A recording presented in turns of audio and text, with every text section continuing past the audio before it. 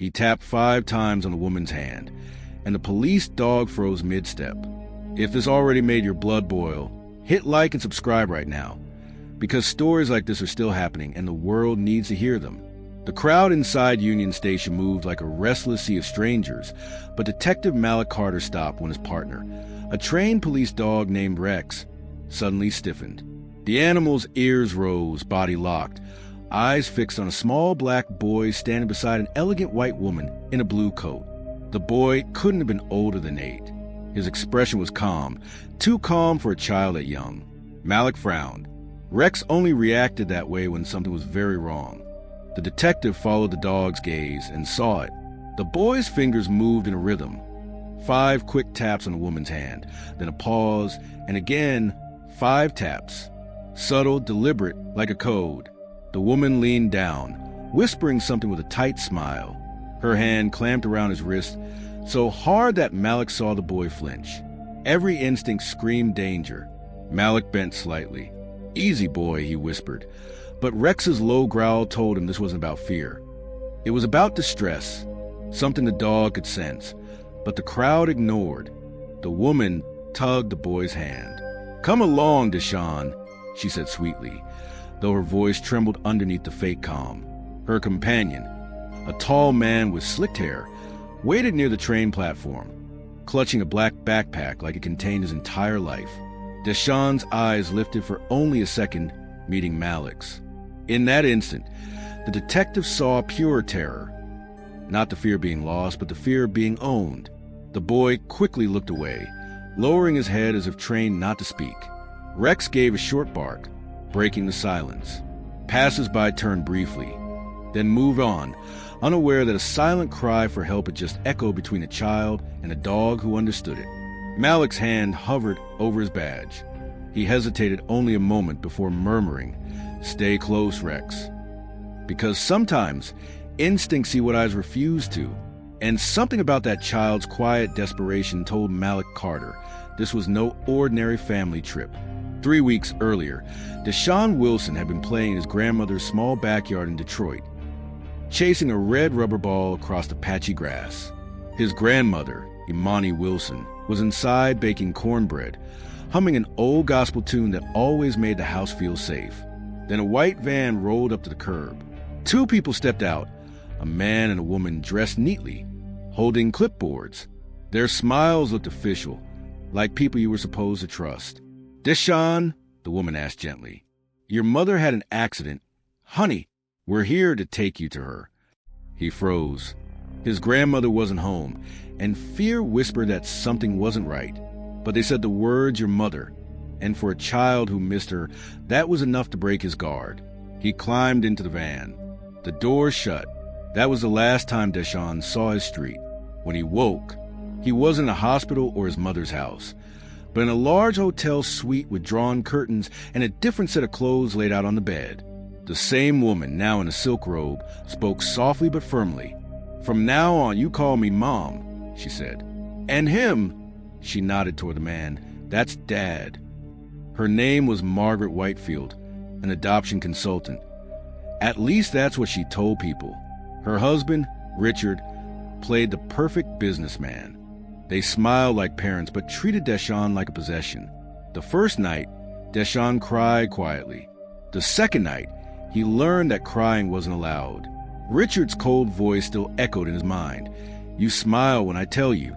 You talk when she says. You're lucky, boy. We're giving you a better life than that rundown house ever could." But Deshawn was smart. He watched.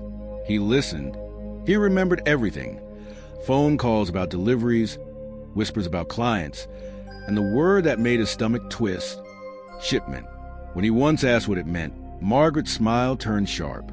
"Curiosity," she said, "is a dangerous habit." That night, he heard her on the phone again. "Package 3 is ready for transport." And that's when Deshawn understood. He wasn't being adopted. He was being sold. 3 weeks later, he would find himself standing in a crowded train station, dressed like a stranger's son, waiting for someone to notice that his eyes were silently screaming for help.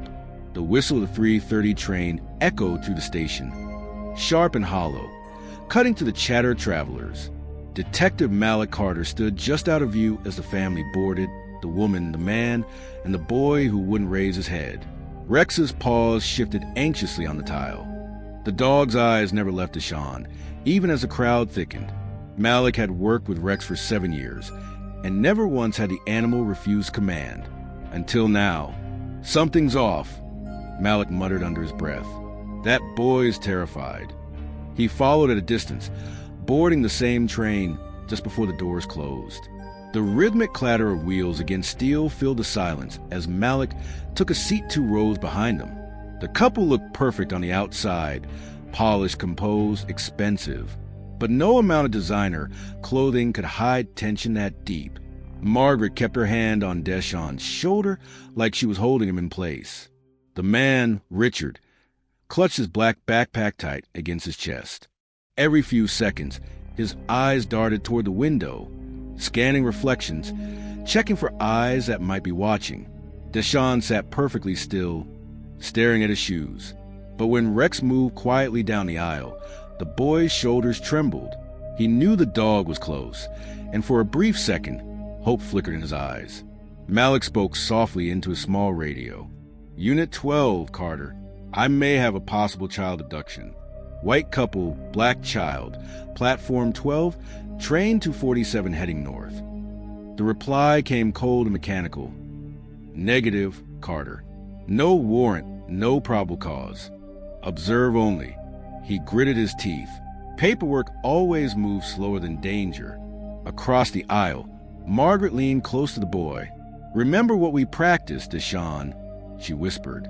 If anyone asks, you're my son. You love your new life. Understand? Deshawn nodded, but when she turned away, his small fingers tapped against the seat. 5 quick beats. Pause. 5 again. Malik saw it. So did Rex. He leaned forward, heart thudding. That wasn't random. It was the same pattern from the station, the same desperate signal for help. And Malik Carter knew right then that little boy wasn't just scared. He was trapped and silently begging to be saved. When the conductor stopped beside their seats, the boy's trembling hand dropped a tiny folded note, and hope finally touched the floor. If this happened right in front of you, what would you do? Tell me in the comments. I read every one. And if you want justice as much as I do, hit subscribe. Detective Malik Carter pretended to read a newspaper as his eyes tracked the scene 2 rows ahead. Aaliyah Rodriguez, the train conductor, was making her routine ticket rounds. When she reached a well-dressed couple, the woman's smile tightened, too polished, too cautious. Tickets, please. Aaliyah said kindly. Of course, Margaret replied, handing them over with trembling fingers. Her husband, Richard, kept one hand clamped on the black backpack at his feet. Aaliyah's instinct hummed. Something about their posture felt rehearsed. As she turned to move on, a small square of paper brushed her shoe. She looked down, a child's folded note. When she picked it up and unfolded it discreetly, her pulse spiked. We are not their children. Help! Black backpack is proof. She hid the paper in her palm, heart pounding. Her gaze flicked to the boy. He stared straight ahead, lips pressed tight, fear radiating off him. Aaliyah didn't hesitate. As she stepped into the next car, she lifted her radio to her collar and whispered, "Suspicious family, car 7. Child may be in danger." Malik heard the coded message through his earpiece. "Copy that," he muttered. "Stay calm, eyes on the target." Inside car 7, Margaret's voice dropped to an icy whisper. "Richard, change of plans. There's a German shepherd following us. Activate Protocol B." Deshawn's stomach twisted. He'd heard those words before. Protocol B meant medicine that made you sleep and forget. The last boy who disobeyed them never woke up in the same city again. Malik rose quietly, signaling Rex. The dog's nose traced the air, catching faint chemical scents, fear, sweat, and something metallic, as the train thundered north. 2 forces moved toward each other, a child who refused to stay silent, and a detective who refused to look away. And in between them, 1 note, 1 dog, and 1 chance to end nightmare. The rhythmic clatter of the train filled the air, but inside car 7, silence had weight. Detective Malik Carter walked slowly down the aisle, pretending to be another passenger. Rex moved beside him, quiet and alert, nose twitching. The dog's steps grew sharper as they neared the family. 2 rows ahead, Aaliyah Rodriguez pretended to check other tickets, her heart hammering. She could feel Margaret's glare burning through her uniform. The woman's polite mask had started to crack. Margaret leaned toward Richard, whispering through gritted teeth, "She knows something." "Then we stick to the story." Richard hissed, "Smile and stay calm." At the next stop, we disappear. Deshawn heard every word. His pulse thudded in his ears. He turned slightly, catching Aaliyah's eyes, then lowered his gaze. 5 taps on his leg. Pause. 5 again. It was the same code, his last attempt before everything fell apart. Rex's ears perked. He stopped, growled low. Malik noticed. "Good boy," he whispered. "You smell the truth, don't you?" He moved closer, just as Aaliyah returned to the family with forced composure. "Sorry to bother you again," she said softly, "but I'll need to see the children's birth certificates. Routine check for minors." Margaret's hand froze. Richard's fake smile wavered. "That's unnecessary," he said too quickly. "We've already shown you our papers." "I'm afraid it's policy," Aaliyah replied, her tone professional but firm. Margaret's nails dug into Deshawn's shoulder. "Stay quiet," she muttered under her breath. Then, before fear could silence him, another voice broke through, small, trembling but full of courage. "We're not their kids," said Lisa, the girl beside Deshawn. Her voice rose, shaky but strong. "They kidnapped us." Every head turned. Conversations died. The entire car froze. Margaret shot up, grabbing Lisa's arm. "She's confused. My daughter's at trauma. Sit down." Malik's voice thundered as he flashed his badge. "Detroit Police Department." Rex barked once, loud, commanding. Passengers gasped. Phones rose into the air, cameras rolling. Richard reached for the backpack. Malik was faster. In one motion, he kicked the bag away, Rex lunging forward to block his path. Deshawn's eyes filled with tears, not of fear, but relief. For the first time in 3 weeks, someone had finally seen him. Chaos erupted inside Car 7, but Detective Malik Carter didn't flinch. "Everyone stay seated," he commanded, badge glinting under the flickering lights. Rex stood guard, a growl rumbling deep in his chest as he blocked Richard from reaching the black backpack. Passengers whispered, phones filming, hearts pounding. The truth was about to unfold live in front of dozens of witnesses. Malik grabbed the backpack, yanked the zipper open, and froze. Inside were folders, forged birth certificates, altered passports, and photos of children Black, Hispanic, Asian, every one marked with number and price tag.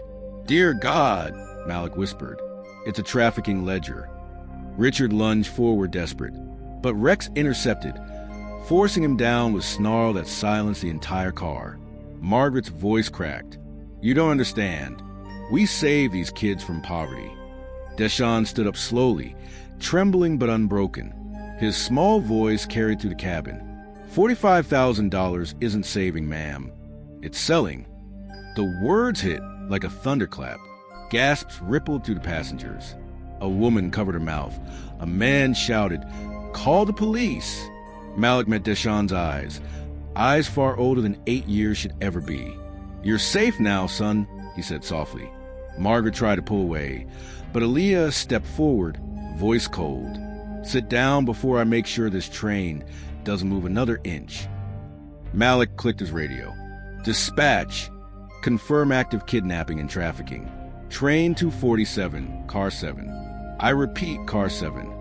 Static. Then, copy that, Carter. Portland PD and FBI units en route. Hold them till stopped." Passengers began clapping, cheering quietly, as if afraid to break the fragile moment. But Malik stayed alert. "Keep your hand where I can see them," he barked, cuffing Richard first, then Margaret. Deshawn exhaled, shoulders finally shaking as Rex nuzzled his hand. Gentle, protective, proud.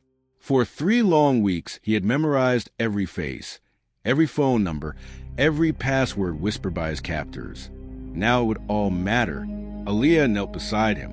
"You were so brave," she said. "How did you know the dog would understand?" Deshawn smiled faintly. "My grandma showed me a video once. Said police dogs can feel danger when people can't. I just hoped he'd listen."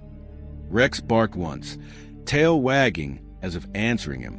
Outside, the train screeched, slowing into the next station, where flashing red and blue lights waited to meet them. Justice was pulling in right on time. 6 months later, the courtroom was silent. Reporters filled every row, cameras ready, but no one spoke as Judge Henderson read the verdict. "Margaret Whitefield and Richard Sullivan," his voice echoed. "You are sentenced to 25 years in federal prison without the possibility of parole." Gasps rippled through the room. Deshawn Wilson, dressed in a small suit, sat beside his grandmother Imani, holding her hand tightly. Detective Malik Carter and Rex, now retired and wearing his service medal, stood quietly at the back. Margaret tried to look composed, but her face trembled under the weight of her own downfall. When the cuffs clicked, she turned toward the boy she once treated as property. "You think you've won, don't you?" she hissed. Deshawn met her eyes, calm, steady. "No, ma'am," he said softly. "We did." The courtroom erupted in applause. Reporters shouted questions. Flashes lit the air. But Malik watched a child who had changed everything. This wasn't just a rescue. It was a revolution born from courage. After the sentencing, FBI agent Amanda Cross knelt to Deshawn's level. "You helped save 86 children," she told him gently. "You remembered names, addresses, account numbers, things most adults couldn't." Deshawn shrugged, his innocence still intact beneath the wisdom in his eyes. "My grandma says when you can't fight with muscles, you fight with your mind." Outside the courthouse, the spring air was warm, filled with camera shutters and cheers. Rex wagged his tail as Deshawn hugged him tight. "You listened when no one else did," he whispered. "You're the real hero." Detective Malik smiled. "Takes one to know one, kid." Imani placed her hand on her grandson's shoulder. "You've done more for this world than you'll ever understand," she said, eyes glistening. "Now let's go home." Later that night, news anchors across America repeated his name, Deshawn Wilson, the boy whose silent signal exposed an international trafficking ring. Social media called him the boy who outsmarted evil. Schools invited him to speak. And somewhere in a quiet corner of Detroit, a grandmother thanked God that the same child she tucked in every night had become a symbol of hope for millions. Before going to bed, Deshawn looked out the window and whispered, "Grandma was right. The smallest voices can still shake the world." If you believe this should never happen again, share this now. And to my USA, UK, and Canadian viewers, your voice is power. Use it.